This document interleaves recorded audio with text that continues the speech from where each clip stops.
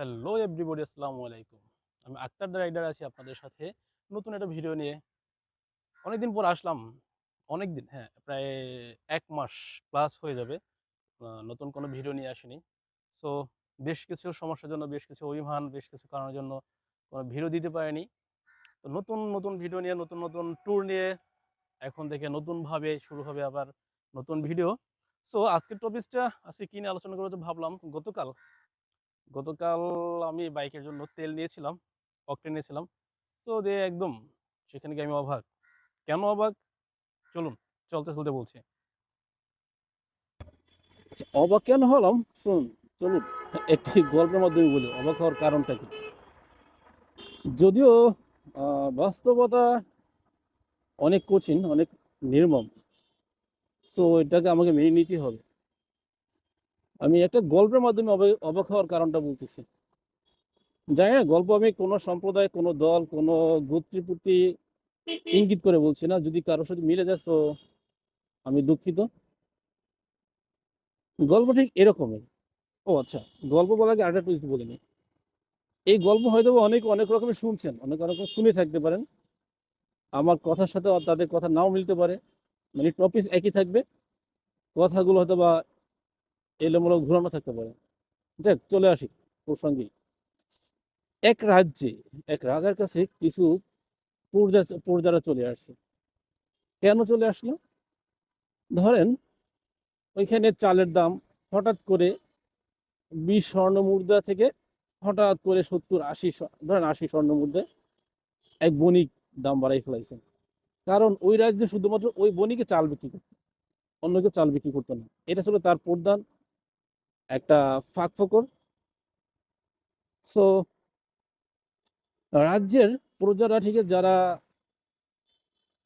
চাল কিনে খেত তারা খুব কষ্টের ভিতরে পড়ে গেল হঠাৎ করে। কি করে, ঠিক আছে, এত দাম দিয়ে তারা চাল কিনে খাবে?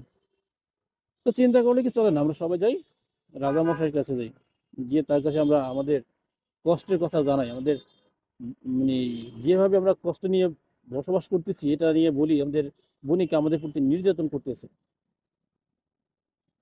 তো কিছু প্রজারা চলে গেল রাজামশাইয়ের কাছে। রাজামশাই গিয়ে তাদের কষ্টের কথাগুলো বললো যে, রাজামশাই, আমরা আগে চাল কিনতাম 20 স্বর্ণ মুদ্রায়, এখন হঠাৎ করে বণিক মশাই দাম বাড়িয়ে 80 স্বর্ণ মুদ্রা করে ফেলছে। এটা তো আমাদের প্রতি তারা তো অবিচার করতেছে। এইভাবে আমরা সহ্য করতে পারতেছি না, আমরা থাকবো না, আমরা রাজ্য ছেড়ে চলে যাব অন্য কোথাও, যারা আমাদেরকে সুবিচার করবে ওই রাজ্যে চলে যাবে। তো রাজামশাই কি আর করার, রাজামশাই চিন্তা করলো না, আমার রাজ্য টিকে রাখার জন্য আমার প্রজা দরকার, আমার বণিক মশাইকে দরকার। তো চিন্তা বললো যে, আচ্ছা ঠিক আছে, তোমরা যাও, আমি দেখতেছি। পরে বণিক মশাইকে ডাকলো, বণিক মশাই আসলো, তার সাথে মিটিং করলো রাজা। বললো, কি হয়েছে, তুমি হঠাৎ করে 20 টাকা, 20 স্বর্ণ মুদ্রা থেকে 80 স্বর্ণ মুদ্রা বাড়িয়ে ফেললে কেন? তো বললো যে, না রাজামশাই, এটা না করলে আমার ব্যবসা বাণিজ্য লস হয়, আমার অন্য দেশ থেকে নিয়ে আসতে হয়, সেখানে আনার খরচ, সেখানে খাজনা দিতে হয়, আমার লেবার খরচ আছে, দোকান খরচ আছে, সবকিছু মিলিয়ে, আর নইলে আমি লস হয়ে যাবে। তো রাজামশাই সেহেতু বুঝে না, এর ভিতরে কিছু শুভঙ্করের ফাঁকি আছে, সে চাইলে আর কিছু কমিয়ে দিতে পারে। তো তাকে জিজ্ঞাসা করলে, তুমি কত টাকা হলে এখানে কমাইতে পারবে? তো সে বললো, রাজামশাই ঠিক আছে, আপনি যদি বলছেন ঠিক আছে, আমি আরো 10 স্বর্ণ মুদ্রা হয়তো কমাই আমি 70 পর্যন্ত করতে পারবো, এছাড়া আমার পক্ষে সম্ভব নয়। তো রাজামশাই বলে, গেছে ঠিক আছে, তুমি এতদিন পরে আসো, সাথে প্রজারা থাকবে, তাদের সাথে তোমার মিটিং করে দিবো। তো রাজামশাই একটা ডেট ঠিক করে দিল, প্রজা প্লাস সাথে বণিক মশাইকে ডাকলো। দায়িকে তো পড়তে বণিককে অনেক উল্টা পাল্টা কথা শোনাইলো। না, তুমি এসব করতে পারো না, আমার রাজ্যে বসে তুমি আমার রাজ্যের প্রজাদের প্রতি অন্যায় অত্যাচার করতে পারো না, হঠাৎ করে তুমি দাম বাড়িয়ে দিতে পারো না। তো রাজা মশাই বকাবকি করার পরে বণিক মশাই চুপ ছিল একদম।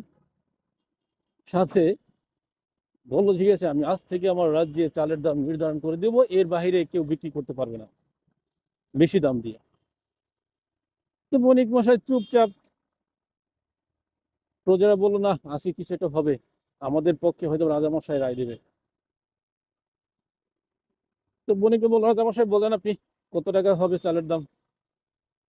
তো বললো যে, এখন আপনাদেরকেও আমার দরকার, অর্থাৎ আমার রাজ্যে যেসব প্রজা রয়েছে তাদেরকেও দরকার। আর বণিক মশাই যদি না থাকে তো আপনার চাল কোথা পাবেন? আপনাদের তো সবাইকে চাল কিনতে হবে না, আপনার সবাইকে চাল ধান চাষ করতে হবে, অনেক পরিশ্রম করতে হবে। তো আমি যে দাম নির্ধারণ করে দিতেছি আপনারা ঠিক এই দাম অনুযায়ী কেনার চেষ্টা করুন, দেখবেন আপনারা সবাই ভালো থাকবেন। হ্যাঁ, কি করা যায়? তো রাজামশাই বললো, আজ থেকে আমার রাজ্যে 70 টাকা হবে, মানে 70 স্বর্ণ মুদ্রা চালের দাম নির্ধারণ করে দিলাম। এর বাইরে কেউ বিক্রি করতে পারবে না বেশি দামে। যদি বেশি দামে কেউ বিক্রি করে তাকে আইনের মাধ্যমে ব্যবস্থা নেওয়া হবে তার। তো প্রজারা তো অনেক খুশি।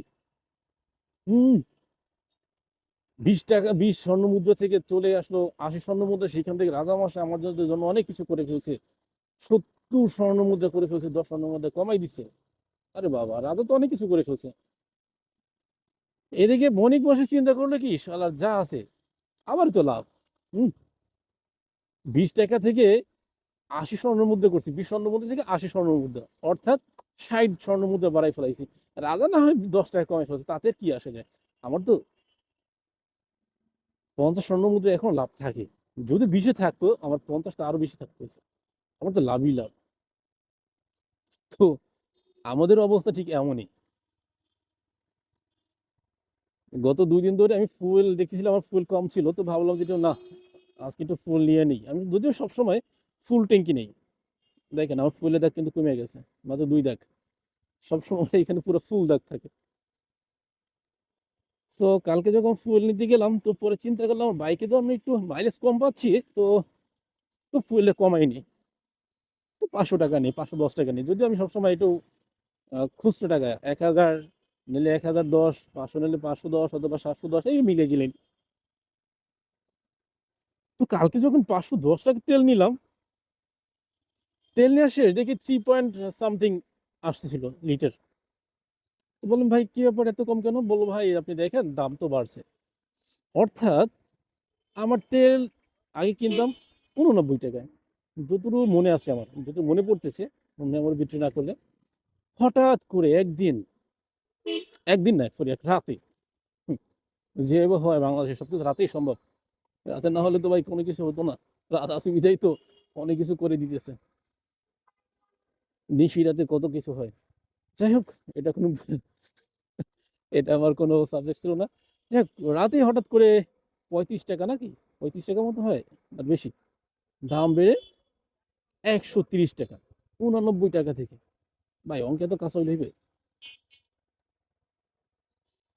45 নাকি।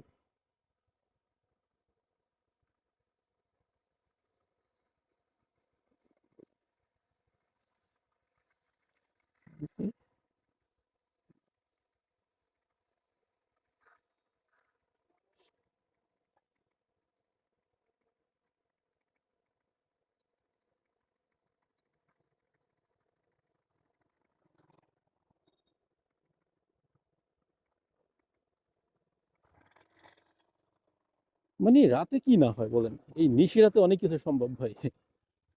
আগে দাম ছিল যেখানে 89 টাকা, সেখান থেকে এক রাতেই, হ্যাঁ রাতের ভিতরেই কত, প্রায় 45 থেকে 46 টাকা। 46 টাকা তো হবে অঙ্কে অনেক কাঁচা ভাই, একদম কাঁচা আমি অঙ্কে। 89, 90, আর ধরেন যে 11, মানে 100, 100, আর ওইখানে ধরেন যে 35, 145, 46 টাকা, 100, 1,89,টাকা দিয়ে 46 টাকা দাম বাড়িয়ে ভাই 135 টাকা। বুঝতে পারতেছেন? 1 লিটার তেলের দাম 135 টাকা। চললো বেশ কিছুদিন এভাবে। সেখান থেকে হঠাৎ করে আবার চলে আসলো 28 টাকা,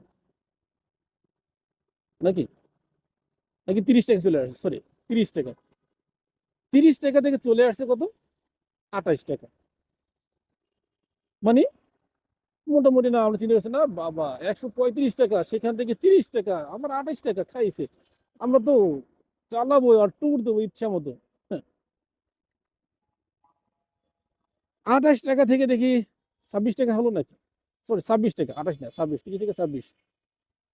আবার গতকাল দেখি দাম বাড়িয়ে 128। তার মানে কি 89 টাকা থেকে 128 টাকা। বুঝতে পারতেছেন, আমরা তো সেই রাজ্যের রাজার মতো বিচার করলো আমাদের প্রতি, আর আমরা সেই পর্যা হয়ে গেলাম। তো যাই হোক, কিছু করার নেই। ভালো থাকবেন। চলে আসছি আমার কর্মস্থলে। সুস্থ থাকুন, ভালো থাকুন, সুস্থভাবে সঠিকভাবে পথ চলুন। আল্লাহ হাফেজ।